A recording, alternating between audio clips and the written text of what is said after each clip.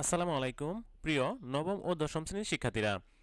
আজকের ভিডিওতে আমরা আ মাটির ভেপু এই গল্পটি নিয়ে আলোচনা করব। আ মাটির ভেপু এই গল্পটি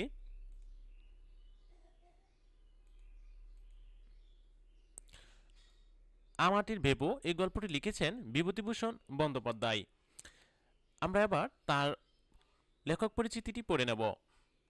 তো লেখকের নাম বিভূতিভূষণ বন্দ্যোপাধ্যায়।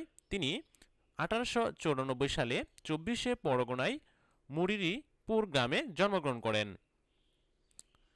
স্থানীয় বনগ্রাম স্কুল থেকে 1914 সালে তিনি মেট্রিক পাশ করেন এবং কলিকাতা রিপন কলেজ থেকে আইএ পাশ করেন এবং বিএ ডিগ্রি অর্জন করেন। কর্মজীবনে তিনি হুগলি, কলিকাতা ও ব্যারাকপুরের বিভিন্ন স্কুলে শিক্ষকতা করেন। প্রাকৃতিক সৌন্দর্য ও গ্রাম বাংলার সাধারণ মানুষের সহজ সরল জীবনযাপনের অসাধারণ এক আলক্ষ্য নির্মাণ করে তিনি বাংলা কথাসাহিত্যের অমর হয়ে আছেন। প্রকৃতি এবং মানুষের জীবনের অভিন্ন সম্পর্কের চিরায়ত তাৎপর্য তার কথাসাহিত্যের মহিমান্বিত। বিভূতিভূষণ বন্দ্যোপাধ্যায়ের উল্লেখযোগ্য উপন্যাসগুলো হল পথের পাঁচালী, অপরাজিতা, অরণ্যক, ইছামতি, দৃষ্টিপ্রদীপ। আর গল্পগুচ্ছ রয়েছে মেঘমল্লার, মৌরিফুল, যাত্রাবদল। 1950 সালে তিনি 1 সেপ্টেম্বর তিনি মৃত্যুবরণ করেন। প্রিয় শিক্ষার্থীরা, তোমরা অবশ্যই উপন্যাসগুলো এবং গল্পগুচ্ছ এগুলোর নাম মুখস্থ করে রাখবে, কারণ এগুলো তোমাদের সঠিক উত্তরের জন্য খুবই গুরুত্বপূর্ণ। এগুলো আসবে। এরপরে তোমাদের আমাটুর এই গল্পটি খুব ভালোভাবে পড়ে নিবে, কারণ এই গল্পটির দ্বারা তোমাদের ঘ এবং ঘ এই দুইটি প্রশ্নের আনসার করতে হবে। এবার আমরা পাঠক পরিচিতিটি পড়ে নেব। গল্পটি অনেক বড়, তাই গল্পটি এখানে পড়ে শেষ করে দেওয়া যাচ্ছে না। তো আগে দেখো, তোমাদের কিছু শব্দার্থ এবং টিকা রয়েছে। বুয়াক, যার অর্থ হচ্ছে গড়ের সামনের খোলা জায়গায় বা বারান্দা। চুপড়ি, ছোট জুড়ি। নাটাফল, করঞ্জা ফল। খাপড়ার কুচি, কলসি হাঁড়ি। পিজাপোলের আসামি, খাঁচায় পড়ে থাকা অবহেলিত আসামির মতো অর্থে। দাওয়া, বারান্দা। আমের কুশি, কচি আম। যারা, জীর্ণ করা। বন বিচুটি, এক প্রকারের বনগাছ। কালো মেঘ, যকৃত রোগে উপকারী এক প্রকার তিক্তস্বাদের গাছ। গরাত, জানালার শিক। ভেঙ্গাচার বেড়া, এরন্ড বা রেডি গাছের বেড়া। কুটো গাছ, তৃণ। রসো রসো, থাম থাম। এরপর আমরা পাঠ পরিচিতিটি পড়ে নেব। পাঠ পরিচিতিতে রয়েছে আমাটি ভেপু শীর্ষক রচনাটি বিভূতিভূষণ বন্দ্যোপাধ্যায়ের পথের পাঁচালী উপন্যাসের অংশবিশেষ।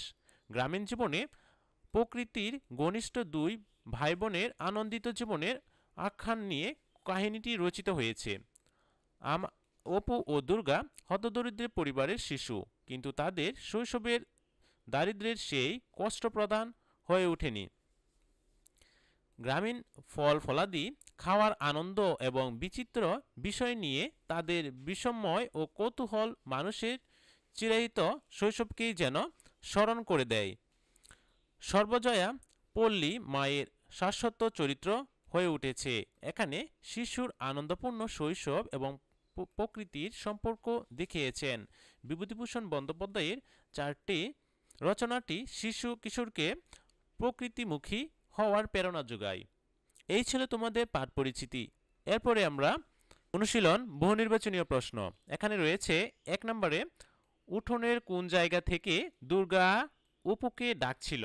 সঠিক উত্তর হবে কাঁঠালতলা। 2 নম্বর সঠিক উত্তরে রয়েছে তেলের ভার ছুলে দুর্গাকে মারার কারণ হচ্ছে, উত্তর হবে কুসংস্কার।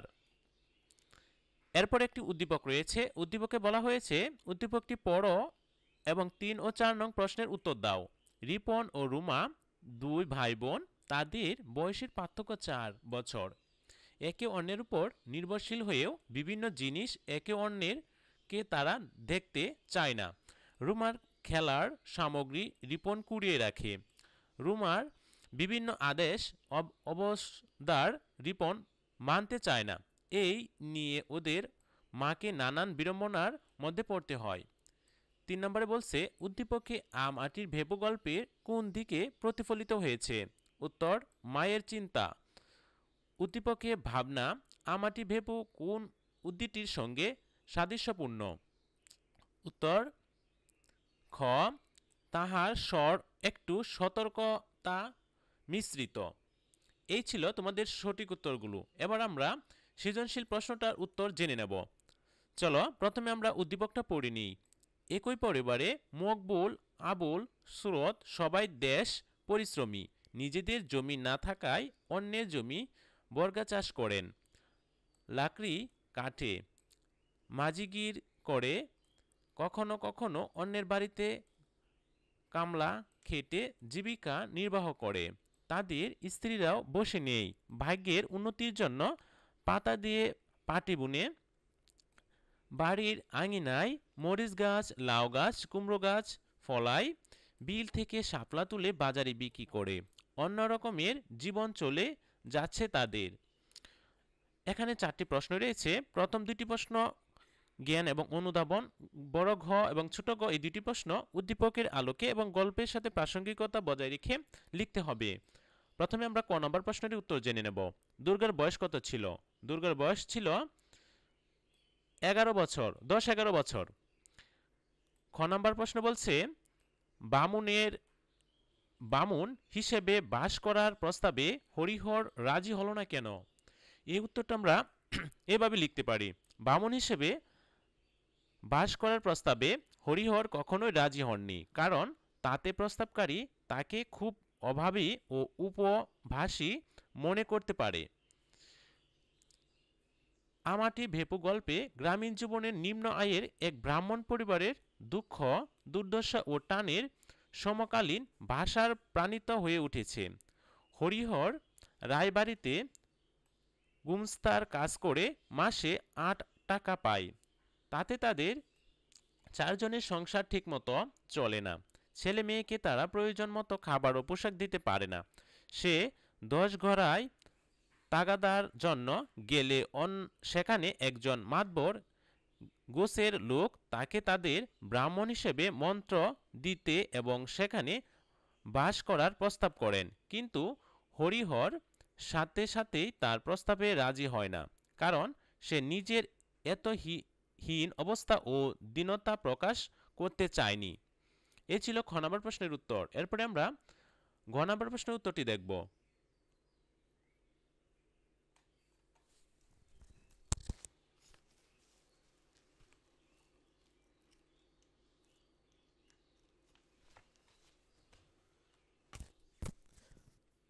গ নম্বর প্রশ্নে রয়েছে উদ্দীপকের আমাটি ভেপুর কোন দিক ফুটে উঠেছে ব্যাখ্যা করো। তো এই প্রশ্নটি আমরা এভাবে লিখতে পারি। উদ্দীপকে আমাটি ভেপু গল্পে দরিদ্র মানুষের জীবনযাপনের দিকটি ফুটে উঠেছে। মানুষের জীবন সুখ দুঃখের চরণ ক্ষেত্র। মানুষ যে সব মেনে নিয়েই জীবনযাপন করে, নানান পেশা অবলম্বন করে বেঁচে থাকার স্বপ্ন দেখে। সেই স্বপ্ন বাস্তবায়নের পথে অন্তরায়, জাত, ধর্ম, সামাজিক নানান রীতিনীতি, সংস্কার, তারপরেও প্রকৃতি সংলগ্ন মানুষের জীবন সংগ্রাম থেমে থাকে না। উদ্দীপকে সামাজিক জীবনে পরস্পর নির্ভরশীল একজন মানুষের জীবন সংগ্রামের চিত্র প্রতিফলিত হয়েছে। এখানে গ্রামীণ জীবনে নানান পেশাজীবী মানুষের কর্মপ্রচেষ্টা এবং তাদের স্ত্রীদের সংসার জীবনে স্বাচ্ছন্দ্য আনার চেষ্টা স্পষ্ট হয়ে উঠেছে। এই পরিশ্রমী মানুষের শরীর আর মনোবল ছাড়া কিছুই নেই। তারা কেউ বর্গাচাষী, কেউ ভাড়া নাইয়ের মাঝি, কেউ কামলা, কোনো রকমে তাদের জীবন চলে। উদ্দীপকের এইসব শ্রেণীর পেশার মানুষের সঙ্গে আমাটির ভেপু গল্পের হরিহরের পেশা ও জীবনযাপনের সাদৃশ্যপূর্ণ, কারণ হরিহর রায়বাড়িতে মাসিক 8 টাকা বেতনে গুমস্তার কাজ করে। সেও এক ধরনের কামলা খাটা। সেই আয় দিয়ে হরিহরের জীবন সুখে কাটে না। ছেলে মেয়েকে নতুন জামাকাপড়, ভালো খাবার দিতে পারে না। সংসার চলে অতি কষ্টে। এই ছিল ছোট গ প্রশ্নের উত্তর। এরপরে আমরা বড় গ প্রশ্নটি দেখব। উদ্দীপকের মাটি ভেপু গল্পের মূল ভাবকে কতটুকু ধারণা করে যুক্তিসহ বুঝিয়ে লিখো। এই প্রশ্নটা আমরা এভাবে লিখতে পারি। উদ্দীপকের আমাটি ভেপু গল্পের মূল ভাবকে আংশিক ধারণ করে, কারণ এতে দুই ভাই বোনের আনন্দ বেদনার দিকটি গল্পের মতো ফুটে ওঠেনি। মানুষ জীবনব্যাপী নিজেকে পরিবেশনের সঙ্গে খাপ খাইয়ে চলতে চেষ্টা করে। সে যেখানে থাকে সেখানে সে স্বপ্ন দেখে সুখের শান্তির। সেই স্বপ্ন পূরণে লড়াই করে নিজেদের সঙ্গে পারিপার্শ্বিকতার সঙ্গে চলার পথে সে পথ হারায়, আশাহত হয়। স্বপ্নভঙ্গের হতাশা তাকে মৃত্যুর দিকে নিয়ে যায়। তারপর সে হাল ছাড়ে না, জীবন সংগ্রামে চালিয়ে যায়। উদ্দীপকের কৃষক, শ্রমিক, মাঝি, দিনমজুর প্রভৃতি পেশাজীবী মানুষের দুঃখ কষ্টে দিনাতিপাত করার বিষয়টি তুলে ধরা হয়েছে। এতে গ্রামীণ জীবনের একদল পেশাজীবী মানুষের জীবন সংগ্রাম প্রতিফলিত হয়েছে।